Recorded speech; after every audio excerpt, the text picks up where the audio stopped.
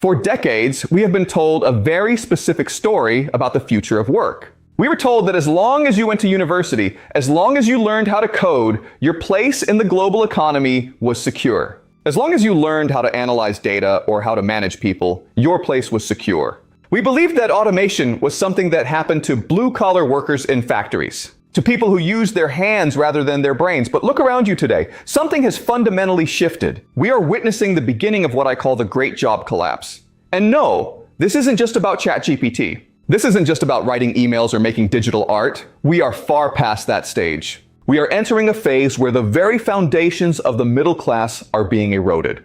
The cognitive elite, the professionals, the specialized experts are being eroded at an incredible speed. Our social and economic systems are simply not prepared to handle this change. Many people think this is a temporary disruption, a small bump in the road of progress. They are wrong. There are many theories about why this is happening, but today I will present 3 key theories. The real AI crisis is about the total devaluation of human intelligence as a commodity. Why is this happening now? Why are the safest jobs suddenly the most vulnerable? What happens when skills we spent 20 years acquiring can be replicated by a machine in 20 seconds? By the end of this video, you will understand why the old advice is now a recipe for professional obsolescence. To understand the scale of this collapse, we first have to look at the concept of the cognitive ceiling. For the last century, human economic value was tied to how much information we could process. It was about how much information we could process and how accurately we could apply it. If you were a lawyer, your value was knowing the law better than the client. If you were an accountant, it was your precision with numbers. If you were a programmer, it was code. But what happens when the machine starts speaking our language better than we do? Do you understand the gravity? In the past, technology augmented human labor. The tractor made the farmer more productive. But AI is different. AI isn't just a tool. It is a replacement for core cognitive functions. Think about the last time you used an AI tool. Did it just help you work, or did it do the thinking for you? This is the first pillar, the realization that expert knowledge is no longer a moat. It's no longer a wall. When information is infinite and its application is instant, the value of the person holding it drops. Why pay for a human brain when a neural network can provide the same output for the cost of electricity? Let's look at an experiment. In the early 20th century, there was a group of workers called computers. These were women who sat in large rooms performing complex mathematical calculations by hand. When the electronic computer arrived, these people didn't just get more productive, their entire profession vanished. They were the original victims of the cognitive ceiling. Today, the same is happening to white-collar roles. Graphic designers, junior analysts, paralegals, and content creators are the new human computers. They are being squeezed out not because they aren't skilled, but because their skills have been digitized. Imagine you are building a house. In the past, you needed a master architect to spend weeks drawing blueprints. Today, software can generate 1,000 optimal designs in minutes based on a few parameters.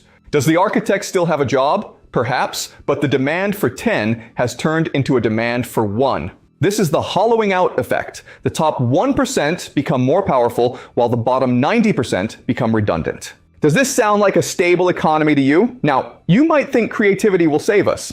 This is a common defense mechanism. We like to believe there is something mystical about human creativity. But let's be honest.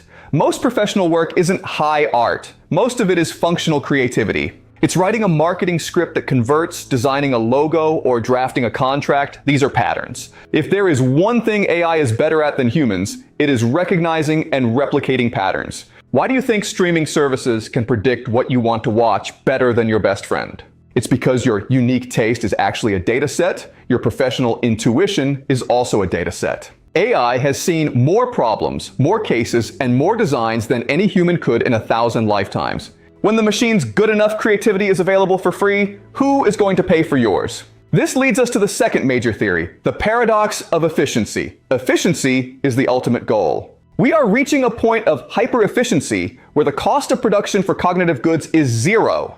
In a world of zero marginal cost, the traditional labor for income model breaks down completely.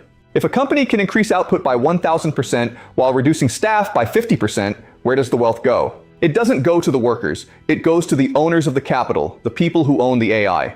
This is why we see record-breaking stock markets at the same time we see mass layoffs in tech and media. We are decoupling productivity from employment. A country can become wealthier while its citizens become poorer.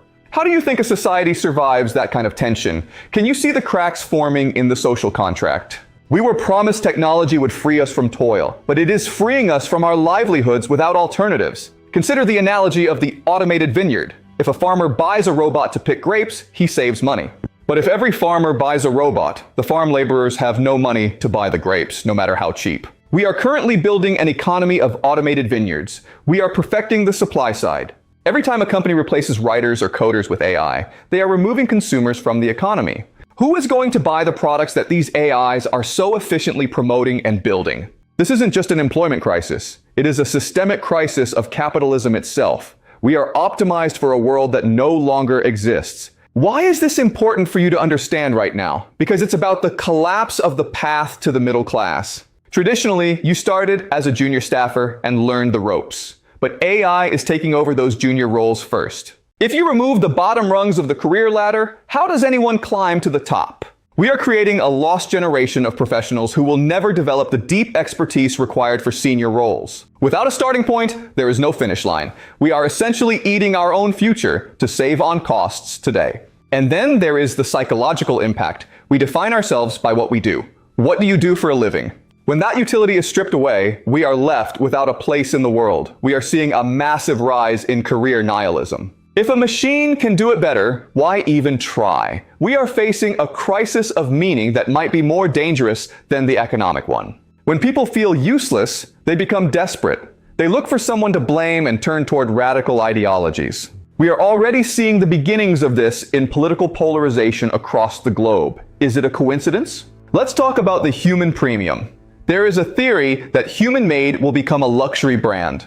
But let's test that. Would you pay 10 times more for a surgery just because a human did it without any robotic assistance? In medicine, law, or transport, we don't want human error. We want results. We want the most precise option. The human premium will likely only exist in very niche performative sectors. For the majority, it's just inefficiency. Think about the education system. We are still sending children to schools designed for the industrial age. We are teaching them to sit in rows and memorize facts. We are essentially training them to be second-rate versions of the AI. Why are we so slow to change? Because admitting the system is obsolete means admitting our own degrees are a vanishing reality.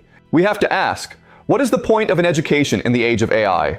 What is the value of a human worker? What kind of social safety nets do we need when the job is no longer the primary way to distribute wealth? As we move deeper into this decade, the distinction between labor and capital will become the defining divide. If you earn your money through your time and effort, labor, you are on the losing side of this transition. If you earn your money through ownership of the systems, capital, you are on the winning side. This gap is a canyon. The real AI crisis is that you are either a master of the machine or a servant to the algorithm. The middle is disappearing. Why so fast? Because of the law of accelerating returns. Technology grows exponentially, not linearly. AI defies intuition. We are currently at the flat part of the curve, just before it turns vertical. The disruptions of the last 2 years are nothing. What is coming in the next 5 years will be a total transformation. We will witness the automation of entire industries. What happens when the machine no longer needs human programmers to become more intelligent? When the recursive loop begins? At that point, the job collapse won't just be an economic trend, it will be a total transformation of the human experience. The Great Devaluation is not a prophecy, it is a current metric. A corporation cancels contracts in favor of an AI license. They are making a mathematical statement. The unique perspective of human thought is worth less than a predictive algorithm. Why is this happening so brutally? It brings us to our third theory, the commodity trap. Expertise is now a commodity. Salt is a commodity, oil is a commodity. We believed professional skills were the opposite, but AI turned them into commodities. If 1,000 people produce the same high-quality code using the same AI prompts, then coding is no longer specialized. And the price of a commodity always drops to its marginal cost of production. Your specialized degree shield has melted. What happens to democracy when the middle class is hollowed out, when the intellectual engine is irrelevant? When people feel the game is rigged and hard work no longer leads to stability, they lose faith in the system. This is a historical pattern. The Industrial Revolution led to decades of social unrest and the birth of new political systems. But this time, it's happening 10 times faster. We don't have 50 years to adapt. We might not even have 5. Imagine you are on a plane in terrible weather. The autopilot can land it, but would you want no pilots in the cockpit? Most people say no. We want a human being who shares our fate, someone who is accountable for the outcome. This is the accountability premium. In high-stakes situations like surgery or diplomacy, we require a human soul. AI can provide the strategy, but it cannot feel the weight of a decision. Does your job involve responsibility or just processing? We evolved for millions of years to build trust through physical proximity. A machine cannot be empathetic. It doesn't have a nervous system. It doesn't know pain, joy, or fear. Connection, caregiving, mentorship will be the last to fall. But when millions are displaced from digital sectors, they will flock to these physical roles. Wages will face downward pressure. The job collapse spreads from the office to the street. Even the safe jobs will feel it. How do we fix this? Many suggest universal basic income. It sounds logical, but there is a sociological problem. We have an innate need to be useful. If 80% live on a stipend while machines do the meaningful work, we create a crisis of despair, superfluous people. We need to move away from economic utility toward human utility, valuing contribution to communities and families. This requires a total reimagining of our financial system and moving away from GDP. Radicalism becomes the pragmatic option. We are trying to protect jobs that are already technologically dead. We should focus on the infrastructure for the new world. If we don't, we end up in a techno-feudal state. Giant tech companies own the AI land, and the rest are serfs. You are building your own replacement for free by providing data to train these models. Does that feel right to you? What can you do? Stop competing with AI in speed or accuracy. You have already lost that game. Pivot toward the human edge. This means developing meta skills, the ability to learn how to learn and synthesize information across field. A machine can't tell you what data means for your family. It can't connect dots between philosophy and personal values. That is a human superpower. Second, you must build anti-fragile income streams. A single salary is dangerous. You need to own assets, land, businesses, intellectual property that AI cannot simply copy and paste. You need to move from being a worker to being an owner or a creator. Invest in your local physical community. In a world of AI noise, the real world becomes more valuable. Your neighbors and local craftsmen will matter. The real AI crisis is a mirror. It forces us to ask, what is a human being actually for? Are we biological processors? If our value lies in consciousness, morality, and caring for one another, then this crisis is an opportunity. It is an opportunity to strip away the bullshit jobs and mindless toil. But this transition won't be easy. The job collapse will be painful for millions. It will break families and destroy old institutions. Prepare now. The window for preparation is closing. AI is getting smarter every hour. Corporations are drafting layoff notices. Governments are still debating 20th century politics while the 21st is leaving them behind. No leader will save you. You have to see the world as it is, not as you want it to be. Understanding this crisis is the first step towards survival. Progress is sometimes a flood. It washes away everything we thought was solid. Who actually knew how to swim? Are you swimming, or are you just waiting for the water to stop rising? The job collapse is our greatest challenge. It is a sociologic, economic, and philosophic earthquake. But in the ruins, there is a chance to build better. Something more human. The question is, are we brave enough to do it?